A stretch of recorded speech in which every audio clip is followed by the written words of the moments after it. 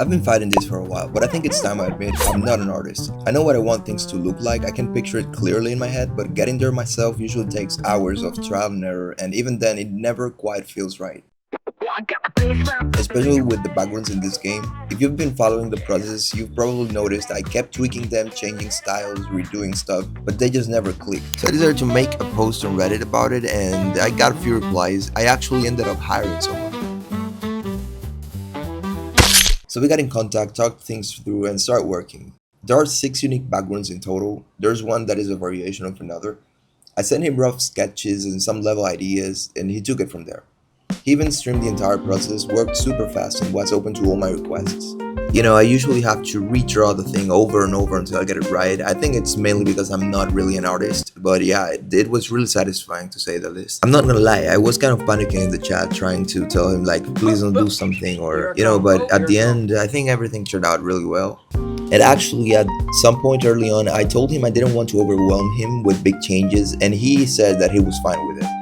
So I'm not gonna lie, I kind of put that to the test.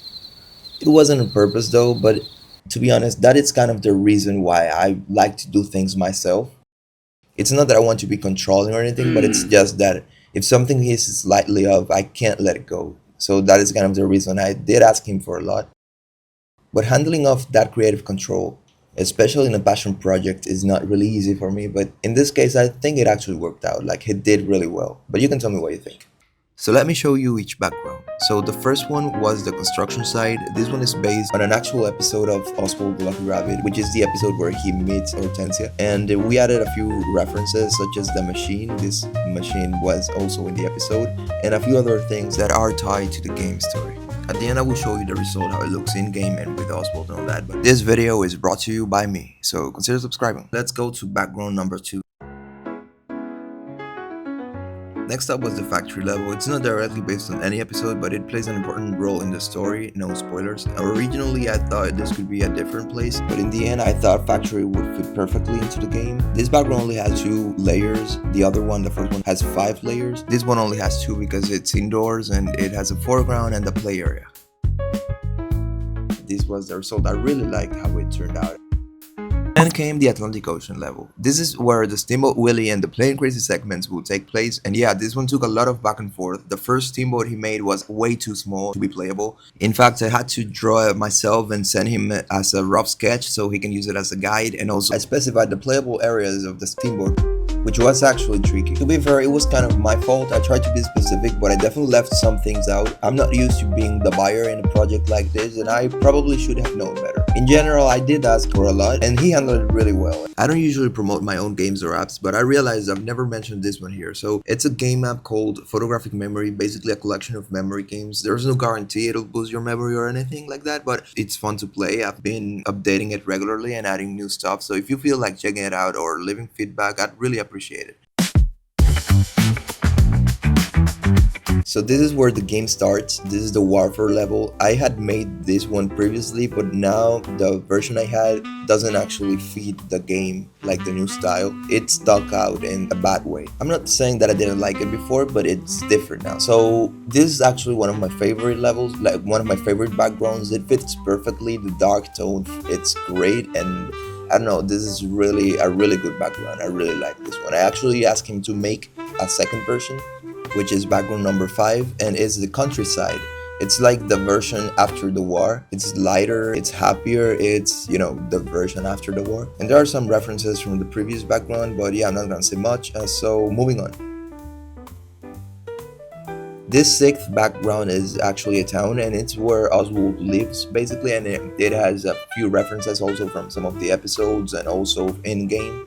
It's worth noting that I'm gonna add some animations in the background, like it's not gonna be just completely empty, since right now I know it feels empty, like it's a ghost town, but that's gonna be later. Now onto the cutscenes. Take me back to old Yazoo. Everything up here is new. I can't stand it, just must land it. Going back to old Yazoo.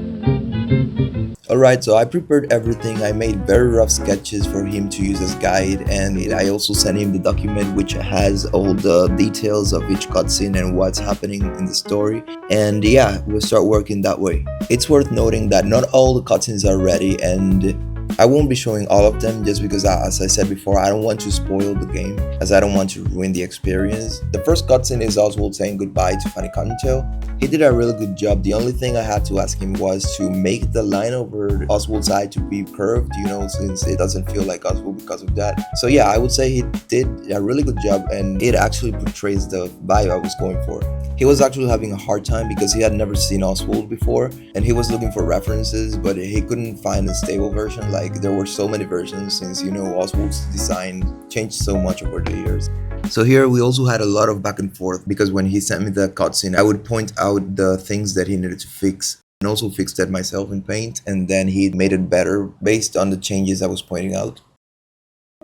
And again, that was my fault because I didn't specify the version I wanted. But yeah, here are a few other cutscenes without context. We also started doing a different approach. I decided to draw them in Paint first and send him those as reference just to make it easier for him to know exactly what I wanted.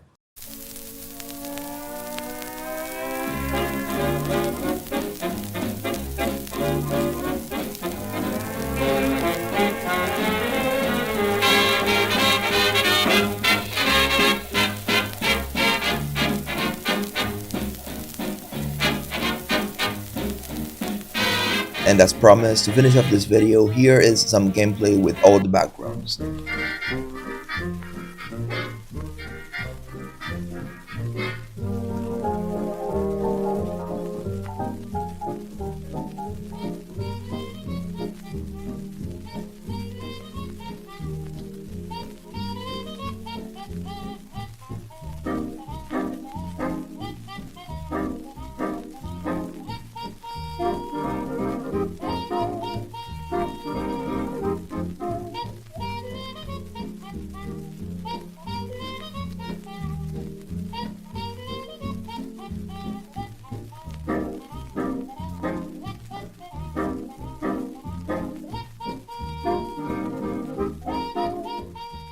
So like I said, the cutscenes are not finished. We're missing a lot of things. I'm not sure if I'm gonna keep working with him because my budget is limited. But I still owe you a trailer and a Steam page, and to get there I need real gameplay, and to get that I need levels and also character systems and maybe a boss or two. Speaking of which, I'm not sure if I'm gonna add bosses, honestly. I wanted to, but drawing frame by frame is kind of killing me. Plus, my graphic tablet doesn't even have a screen, which, believe it or not, makes drawing a lot harder. So yeah, that might need to be another investment down the line. If you want to support this game, this channel, or just me in general, consider buying me a coffee. If you liked the video, hit the like button, and if you enjoy this kind of content, maybe subscribe. But in the meantime, thanks for watching.